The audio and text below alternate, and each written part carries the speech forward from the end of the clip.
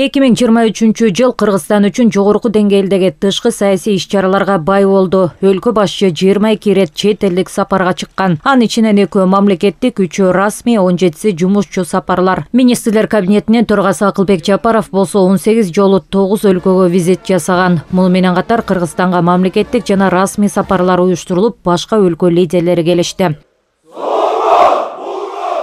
Чет мамлекеттердин өлкө башчыларынын Кыргызстанга мамлекеттик жана расмий сапарлары уюштурулду. Бишкекте көз каранды эмес мамлекеттер шериктештигинин мамлекет башчыларынын жана Чолпон Ата шаарында Борбордук Азия жана Европа биримдигине мүчө мамлекеттердин башчыларынын саммиттери өттү. Андан тышкары Шанхай кызматташтык уюму жана Евразия экономикалык биримдигинин өкмөт башчыларынын саммиттери Бишкекте өткөрүлдү. Мындан тышкары Россияга, Кытайга, Венгрияга, Монголияга, Сауд Аравиясына, Германияга, Францияга, Японияга жана Бириккен Араб Эмиратына бийик жана жогорку деңгээлдердеги сапарлар иштелип чыкты. Жалпысынан тышкы иштер министрлиги 170 иш сапар менен жогорку жана эң жогорку деңгээлдеги иш-чараларды өткөрдү. 589 эл аралык келишим жана документ даярдалган. Анын ичинен 139 эки тараптуу болсо, 450 көп тараптуу. Айрыкча көңүл бурсам, сапарлардын жана сүйлөшүүлөрдүн натыйжасында саясий, соода, экономикалык байланыштарды өнүктүрүү жана кеңейтүү, коопсуздук маселелерди жана аскердик техникалык кызматташтык, суу, энергетика жана инфраструктуралык тармактарда, айыл чарба, ошондой эле саламаттык сактоо, билим берүү жана маданият тармактарында маанилүү практикалык келишимдерге жетишилди жана ишке ашырылууда. 23 жылдын башынан бери Кыргыз Республикасынын КМШга төрагалык кылууда, анын алкагында бир катар маанилүү иш-чаралар иштелип чыкты жана бир катар документтер кабыл алынды.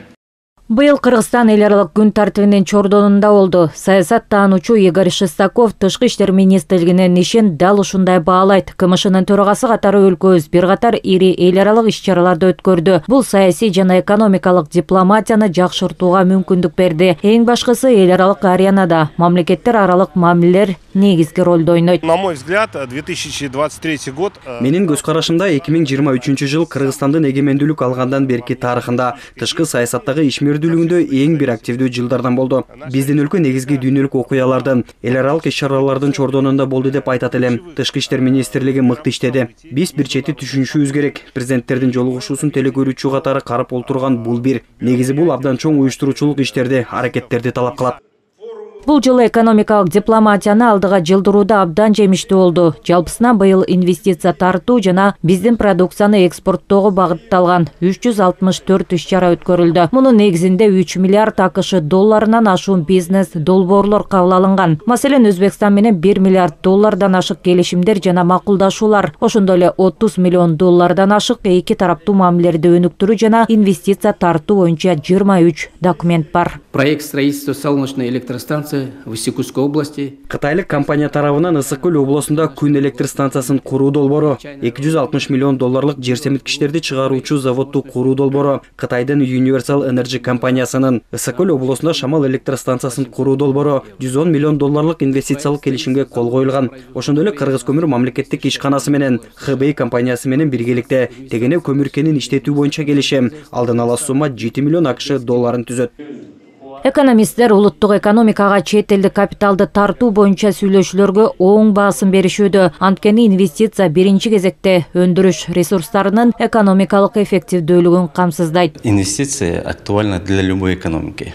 Инвестиция кандай гана экономика болбосун маанилүү. Санарип технологиялардын өнүгүп өсүшү менен инновацияларды ишке ашыруу үчүн экономиканын атаандаштыкка жөндөмдүүлүгүн колдоо менен туруктуу каржылоону талап кылат. Анын үстүнө чет элдик капитал жаңы мүмкүнчүлүктөрдү ачат. Эң негизгиси чет элдик капитал өзү менен кошо жаңы технологияларда жана бизнестин маданиятын изилдөөнү алып келет. Бул жаатта бизде мыкты жетишкендиктер бар.